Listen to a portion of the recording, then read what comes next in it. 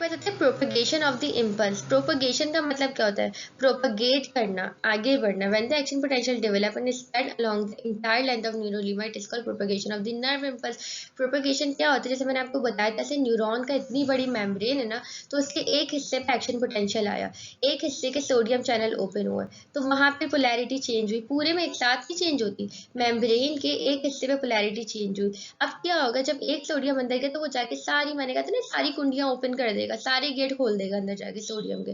तो सारे सोडियम, सारी पूरी मेम्ब्रेन में जितने सोडियम है सब अंदर आने लगेंगे। तो आहिस्ता आहिस्ता क्या होगा, पूरी मेम्ब्रेन की पोलैरिटी चेंज होगी। पहले एक हिस्से की हुई, फिर अगले हिस्से की, फिर तीसरे, चौथे, पांचवें, पूरी मेम्ब्रेन आहिस्ता आहिस्ता क्या होगी, पोलैरिटी चेंज होती रहेगी। तो this is called propagation of the impulse. इस तरह से इम्पल्स जो है प्रोपगेट करती है। देन हमारे पास नेक्स्ट एंड लास्ट पार्ट आता है synapse. The region where the impulse move from one neuron to another is called synapse. Synapse क्या होता है? जहाँ पे मैंने आपको बताया था, साइनेप्स क्या होता है कि जहाँ पे एक न्यूरॉन दूसरे न्यूरॉन से मिल रहा है, एक इम्पल्स जो है न्यूरॉन दूसरे न्यूरॉन को ट्रांसमिट कर रहा है, दिस इज कॉल्ड साइनेप्स। ठीक है, जंक्शन, साइनेप्स। तो साइनेप्स से तीन कंपोनेंट हमारे पास आ जाते हैं। एक होता है प्री साइनेप्टिक मेम्ब्रेन, एक होता है साइनेप्टिक क्लेफ्ट, और एक होता है पोस्ट साइनेप्टिक मेम्ब्रेन। ठीक है, जो पहला न्यूरॉन होगा उसकी जो मेम्ब्रेन होगी वो कहलाएगी प्री साइनेप्टिक। साइनेप्स से पहले वाली मेम्ब्रेन इस प्री साइनेप्टिक। फिर जो बीच का स्पेस है, ठीक है, जहाँ पे कुछ भी नहीं, जो बीच का स्पेस है उसे हम कहेंगे साइनेप्टिक क्लेफ्ट। एक गटर कह लें, एक स्पेस कह लें, उसे हम कहते हैं साइनेप्टिक क्लेफ्ट। उसके बाद जो नेक्स्ट न्यूरॉन होगा, न्यूरॉन भी हो सकता है, मसल भी हो सकता है, ग्लैंड भी हो सकता है, कुछ भी हो सकता है। तो जो पोस्ट साइनेप्टिक मेम्ब्रेन होगी वो हमारे पास कहलाएगी पोस्ट साइनेप्टिक मेम्ब्रेन। ठीक है, तो वो मेम्ब्रेन भी हो सकती है, ग्लैंड भी हो सकता है, वो कहलाएगी साइनेप्स के बाद वाली, मतलब पोस्ट। पोस्ट और प्री का आप याद रख लें, प्री मतलब पहले, पोस्ट मतलब बाद। अब हम देख लेते हैं pre synaptic membrane of axon terminal is called. Pre synaptic membrane जो एक्सॉन का टर्मिनल है, जो आखिरी पार्ट है, जो बल्ब लाइक होता है, उसे हम कहते हैं pre synaptic membrane. The narrow space between the neurons is called synaptic cleft. जो दो न्यूरॉन के दरमियान का जो स्पेस है उसे हम कहेंगे साइनेप्टिक क्लेफ्ट।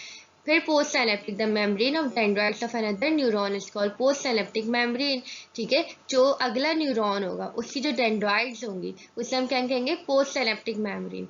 ठीक है, क्योंकि न्यूरॉन जो है एक्सॉन के थ्रू जो है इम्पल्स ट्रांसमिट करेगा अगले न्यूरॉन में, तो अगले न्यूरॉन इम्पल्स कहाँ से रिसीव करता है, डेंड्राइट से रिसीव करता है। ठीक है, तो अगले वाले न्यूरॉन का डेंड्राइट्स होगा, पहले वाले न्यूरॉन का एक्सॉन टर्मिनल होगा। This is come in the component of the synapse. फिर आता है motor end fluid. When it is the membrane of muscle cell it is called motor end fluid. और यही न्यूरॉन जो है, अगर प्री साइनेप्टिक मेम्ब्रेन न्यूरॉन हो, synaptic cleft भी हो, और पोस्ट साइनेप्टिक मेम्ब्रेन न्यूरॉन की जगह कोई मसल की मेम्ब्रेन हो, तो उसे हम कहते हैं मोटर एंड फ्लूइड। इस कॉम्बिनेशन को हम क्या कहते हैं, motor end fluid. Neurotransmitter, the chemical present in the vesicle which are released at the axon ending of the neuron at synapse are called neurotransmitter.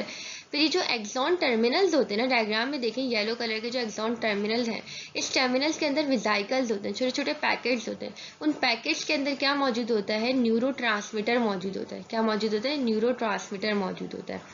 ठीक है, ये केमिकल है न्यूरोट्रांसमीटर, जो कि अभी मैं बताऊंगी इसका मैकेनिज्म कैसे होता है। तो ये साइनेप्टिक विजाइकल में मौजूद होते हैं, और ये विजाइकल कहाँ होती है, एक्सॉन टर्मिनल के अंदर मौजूद होती है। Now come to the mechanism of impulse through synapse. When an impulse is reached to an axon terminal, the calcium channel are open from synaptic cleft, calcium ion are diffuse into the calcium channels.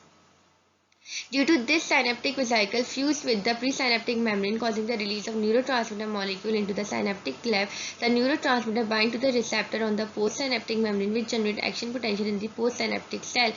The neurotransmitter are then reabsorbed by the presynaptic cell for reuse. Example: neurotransmitter acetylcholine, norepinephrine, GABA, etc.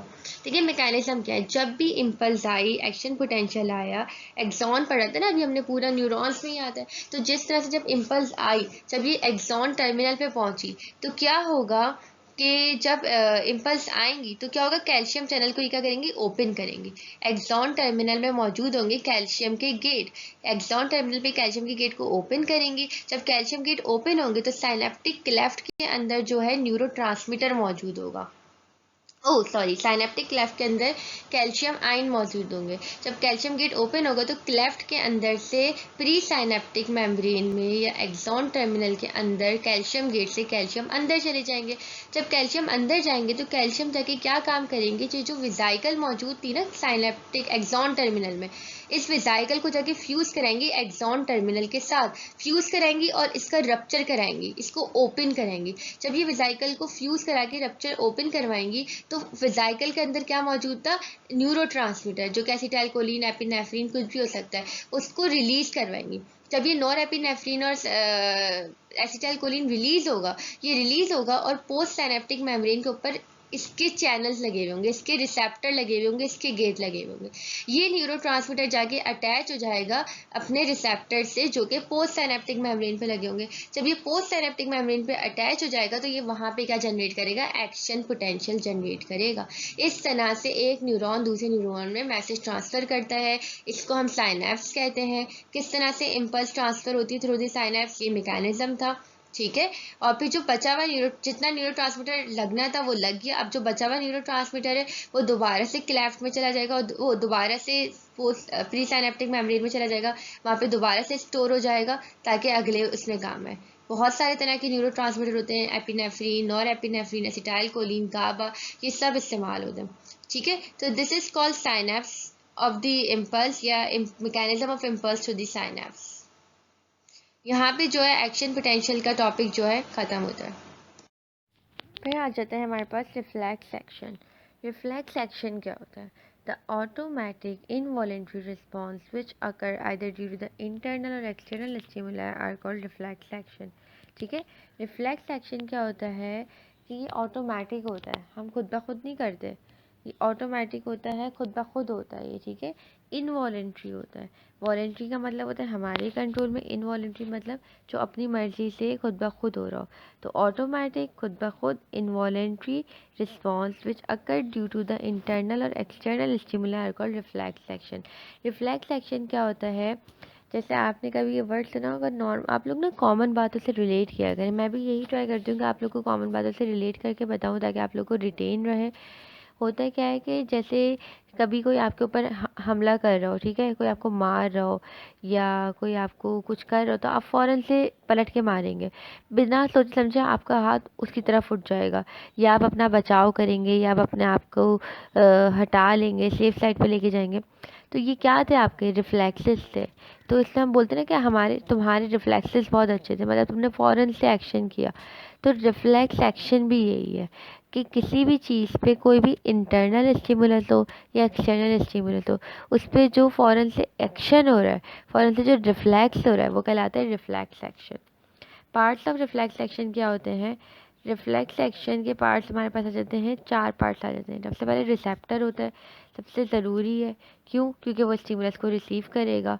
Sensory neuron, motor neuron and effector. Sensory neuron क्या करेंगे, message लेके जाएंगे receptor से to the brain तक। Brain के अंदर फिर जब वो मैसेज देगा तो इंटर न्यूरॉन काम करेंगे। उसके बाद मोटर न्यूरॉन जो है कमांड लेके वापस आएगा। मोटर न्यूरॉन जब कमांड लेके आएगा तो वो काम करवाएगा। मोटर न्यूरॉन कमांड किसको देगा, इफेक्टर को देगा, ठीक है। इसकी एग्जांपल होती है कि hand withdrawal on the painful stimuli या नी जर्क या ब्लिंकिंग ऑफ आई। ये सारी एग्जांपल क्या है, रिफ्लेक्स एक्शन की है। सबसे आसान एग्जांपल मुझे लगती है हैंड विड्रॉवल की, वही हम कर लेते हैं कि कोई भी हॉट चीज़ रखी हुई है, आपका हाथ उससे लगा, तो इसको किसने सेंस किया, रिसेप्टर ने सेंस किया। रिसेप्टर के बाद वो इन्फॉर्मेशन ब्रेन तक कौन लेके गया, सेंसरी न्यूरॉन लेके गए। सेंसरी न्यूरॉन लेके गए, ब्रेन ने जो है फिर मैसेज दिया कि आप हाथ जो है हटा लें, कमांड दिया ब्रेन ने कि हाथ हटा लें। तो ये कौन मैसेज लेके आया, मोटर न्यूरॉन लेके आया। किसको मैसेज दिया, इफेक्टर को। इफेक्टर क्या था, हाथ था, मसल्स है हमारे हाथ के, उसको मैसेज दिया कि अपना हाथ विड्रॉवल कर लें, आप अपना हाथ हटा लें पेनफुल स्टिमुलस से। तो ये जो पूरा एक्शन था ये क्या होता है, रिफ्लेक्स एक्शन। और इसमें जो पार्ट इंक्लूड होते हैं, ये जो 4 पार्ट्स होते हैं, ये पार्ट्स ऑफ रिफ्लेक्स एक्शन कहलाते हैं। फिर आता है नेक्स्ट टॉपिक, रिफ्लेक्स आर्क। पीछे हमने पढ़ा रिफ्लेक्स एक्शन, अब हम पढ़ रहे reflex arc. The pathway of transmission of impulse during a reflex action is called reflex arc. Reflex में भी मोनोसाइनेप्टिक और polysynaptic. What is reflex arc, ये जो ट्रांसमिशन ऑफ इम्पल्स हुई हुई है from the receptor to the sensory neurons and from sensory neuron to the motor neurons and to the effector, ये जो पूरा पाथवे था, ये जो पूरा सर्कल था, लूप था, इसी को हम बोलते हैं रिफ्लेक्स आर्क, ठीक है। ये जिस तरह से इम्पल्स आई, इम्पल्स गई, इम्पल्स ट्रांसमिट हुई और फिर वापसी मैसेज कमांड लेके आई, ये पूरा पाथवे क्या कहलाता है? रिफ्लेक्स आर्क कहलाता है। ठीक है। वो सारे और पार्ट्स जो रिफ्लेक्स एक्शन करते हैं, जो रिफ्लेक्स एक्शन करवा रहे हैं, वो जो पूरा पाथवे फॉलो करते हैं, इसी को हम बोलते हैं रिफ्लेक्स आर्क। अब रिफ्लेक्सेस जो है हमारे पास दो तरह के होते हैं, मोनोसाइनेप्टिक भी होते हैं और पॉलीसाइनेप्टिक भी होते हैं। साइनैप्स आपको पता है, मैंने ऊपर बताया था कि जहाँ पे दो न्यूरॉन्स जो हैं यूनाइट होते हैं उसे हम कहते हैं साइनैप्स। ठीक है। पहले न्यूरॉन का क्या होगा? एक्सॉन टर्मिनल होंगे, दूसरे न्यूरॉन के क्या होंगे? डेंड्राइट्स होंगे। जहाँ पे भी ये यूनियन करते हैं या मिलते हैं तो इसको हम क्या कहते हैं? साइनैप्स कहते हैं। तो साइनैप्स में हमारे पास दो तरह के आते हैं, मोनोसाइनेप्टिक और पॉलीसाइनेप्टिक। वो रिफ्लेक्स एक्शन जिसमें सिर्फ एक साइनैप्स हो, मतलब एक सेंसरी न्यूरॉन हो और एक मोटर न्यूरॉन हो, ये होंगे मोनोसाइनेप्टिक। ठीक है। सिंगल साइनैप्स मौजूद है। The reflex action in which only one synapse involve is called मोनोसाइनेप्टिक। Example knee jerk। ठीक है। सिर्फ एक साइनैप्स मौजूद होगा तो वो क्या होगा? मोनोसाइनेप्टिक होगा। Then polysynaptic, the reflex action in which many synapses are involved due to the presence of interneuron between sensory and motor neuron is called polysynaptic. Example, head withdrawal in painful stimulus. वो responses जिसके अंदर एक से ज़्यादा neurons मौजूद हों, मतलब sensory neuron हो, उसके बाद बीच में इंटर न्यूरॉन हो और फिर मोटर न्यूरॉन हो। ठीक है। तो पहला साइनैप्स किसके दरमियान हुआ? सेंसरी न्यूरॉन और इंटर न्यूरॉन के दरमियान हुआ। दूसरा साइनैप्स कहाँ हुआ? इंटर न्यूरॉन और मोटर न्यूरॉन के दरमियान हुआ। ठीक है। तो दो साइनैप्स हो गए ना यहाँ पे। तो जिसमें एक से ज़्यादा न्यूरॉन्स इन्वॉल्व हो, एक से ज़्यादा साइनैप्स मौजूद हो, उसमें कौन से आ जाएंगे? वो होंगे पॉलीसाइनेप्टिक। पॉली का मतलब ये होता है मैनी। ठीक है। मोनो का मतलब होता है सिंगल, वन। पॉली का मतलब होता है मैनी, मैनी साइनैप्स। इसमें हैंड विड्रॉवल की एग्जाम्पल आ जाती है हमारे पास। इवोल्यूशन ऑफ नर्वस सिस्टम के हवाले से कुछ बात कर लेते हैं कि किस तरह से नर्वस सिस्टम इवॉल्व हुआ है, क्या बना है, क्या इसके पीछे कहानी है। तो in different group of animals two type of nervous system can be recognized which are diffuse and centralize nervous system. ठीक है। डिफरेंट एनिमल्स में डिफरेंट तरह के नर्वस सिस्टम रिकॉग्नाइज हुए, जिसमें हमारे पास दो तरह के आ जाते हैं, एक आते हैं डिफ्यूज और एक आ जाते हैं सेंट्रलाइज। डिफ्यूज का मतलब क्या है? डिफ्यूज से जाहिर हो रहा है मतलब पूरी बॉडी में फैला हुआ। ठीक है। सेंट्रलाइज मतलब किसी एक जगह पे मौजूद है। ठीक है। तो पहले तो इसके लफ्जी मायने हो गए। अब आ जाते हैं डिफ्यूज नर्वस सिस्टम क्या होता है। Diffuse nervous system is found in cnidarians and echinoderms. In Hydra and the Cnidarians animals, no anterior and posterior end is present and their body is radially symmetrical.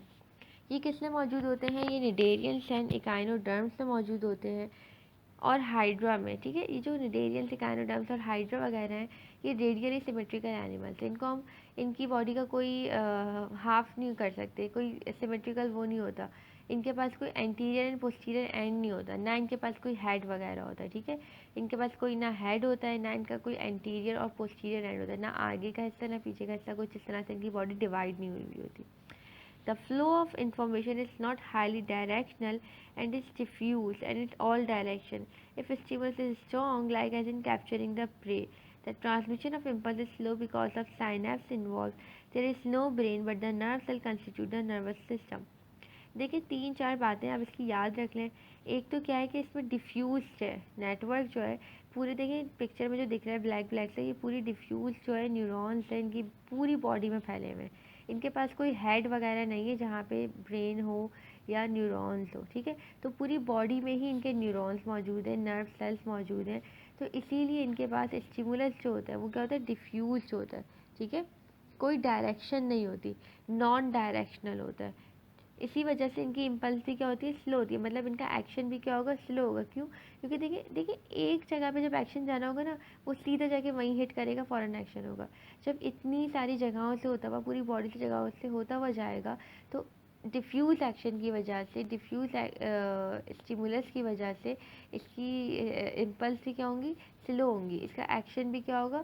Slow होगा। ठीक है। इसके अलावा जो है ये हो गया डिफ्यूज़ नर्वस सिस्टम। हाँ, इनमें बस ब्रेन तो नहीं होता, लेकिन जो नर्व सेल हैं वही क्या बनाती हैं? इनके नर्वस सिस्टम बना लेती हैं। ये जो आपको पिक्चर है ये हाइड्रा की पिक्चर है। इसके बाद हमारे पास आ जाते हैं सेंट्रलाइज नर्वस सिस्टम। तो सेंट्रलाइज नर्वस सिस्टम जो है ना वो हायर एनिमल्स में होता है। सिंपलर एनिमल्स में होगा ये डिफ्यूज नर्वस सिस्टम और थोड़े हायर एनिमल्स में आ जाएगा सेंट्रलाइज। तो it is the characteristic feature of bilaterally symmetrical animals. Bilaterally symmetrical क्या होते हैं? जो टू हाफ में कट हो सकते हैं from only one point and found to varying degree in more complex organism from platyhelminthes to chordate including human. भाई इसकी कॉम्प्लेक्सिटी जो है ना वेरी करती है, ये बहुत सिंपलर फॉर्म से कॉम्प्लेक्स और मोर कॉम्प्लिकेटेड फॉर्म में पाए जाते हैं। ऐसे फ्लैट फॉर्म होंगे उसमें सिंपलर होगा, कॉर्डेट्स में कॉम्प्लेक्स होगा एंड ह्यूमन में और कॉम्प्लिकेटेड फॉर्म में होगा। They require sensory organ and control of nervous system where information from different sensory organ are brought for integration. इनको सेंसरी ऑर्गन चाहिए होते हैं जहाँ से इन्फॉर्मेशन जो है सेंस करके लें और इंटीग्रेट करें। इंटीग्रेट मतलब उसको पढ़ें, समझें और आगे कमांड दें। ठीक है, इंटीग्रेशन कर दें और फिर जो भी इनको ऑर्डर देना होता है वो ये कमांड दे दें। Then nervous system of planaria, यहाँ पे हम डिस्कस करें nervous system of planaria. Diffuse में हमने हाइड्रा की एग्जाम्पल पढ़ी थी और सेंट्रलाइज में हम किसकी एग्जाम्पल पढ़ रहे हैं? प्लेनेरिया की पढ़ रहे हैं। तो प्लेनेरिया और other platforms are among the simplest animal having CNS। Planaria और जो बाकी जो फ्लैट फॉर्म्स है उनका नर्वस सिस्टम क्या होता है? सिंपलेस्ट टाइप का होता है, CNS होता है उनके पास। एक उनके पास एंटीरियर ब्रेन होता है, जिनके पास क्या होते हैं? वो क्या होते हैं? कंसंट्रेशन ऑफ न्यूरॉन्स होते हैं which is connected with the sensory organ. ठीक है, इनके पास एंटीरियर ब्रेन होता है। ब्रेन मतलब जैसे हमारे पास तो पूरा स्ट्रक्चर है ना ब्रेन का, उस तरह से इनके पास स्ट्रक्चर नहीं होता, बल्कि कंसंट्रेशन होती है न्यूरॉन की। न्यूरॉन्स जो है बहुत सारे न्यूरॉन एक जगह कंसंट्रेट हुए हैं, उसको हम बोल रहे हैं ब्रेन। ठीक है, वो कनेक्ट हुए होते हैं सेंसरी ऑर्गन से। कोई भी इंफॉर्मेशन सेंसरी ऑर्गन से आएगी, ये कनेक्टेड जो कंसंट्रेटेड न्यूरॉन्स हैं यहाँ पे आ जाएगी, जिसे हम ब्रेन कह रहे हैं। From the brain arise two cord like nerves running longitudinally throughout the body. देखिए पिक्चर में आपको दिख रहा होगा, ऊपर हेड पोर्शन में ब्रेन है, ब्रेन से ही दो कॉर्ड्स अराइज हो रही हैं। लॉन्गिट्यूडनल मतलब वर्टिकल कॉर्ड्स अराइज हो रही हैं, इसे हम बोलते हैं स्पाइनल कॉर्ड्स होते हैं, लेकिन इसमें स्पाइनल कॉर्ड नहीं कहेंगे हम, बस हम कॉर्ड ही याद रखें। The two nerve cords are connected with each other at several points to the transverse nerve। देखिए आपको दिख रहा होगा कि दो कॉर्ड्स हैं, इनके दरमियान में कनेक्शन हुआ हुआ है। तो ये जो कनेक्शन है, जो हॉरिजॉन्टल कनेक्शन है, इसे हम बोलेंगे ट्रांसवर्स नर्व्स। ट्रांसवर्स नर्व्स क्या करती हैं? दोनों कॉर्ड्स को कनेक्ट करती हैं ताकि डायरेक्शनल दोनों की मूवमेंट क्या हो? डायरेक्शनल हो। जो यहाँ का है वो वहाँ पे आए, जो वहाँ की जो इन्फॉर्मेशन है वो दूसरे पार्ट पे जाए, ताकि पूरा एक साथ ऑर्गेनिज्म जो है ना रिस्पॉन्ड करे। तो ये ट्रांसवर्स नर्व कहलाती है। They coordinated the movement of two lateral sides of the body. ठीक है, ये इनका काम वही मैंने आपको बताया था कि कोऑर्डिनेट करेंगे दोनों साइड्स की मूवमेंट को और बाकी सारे फंक्शंस को।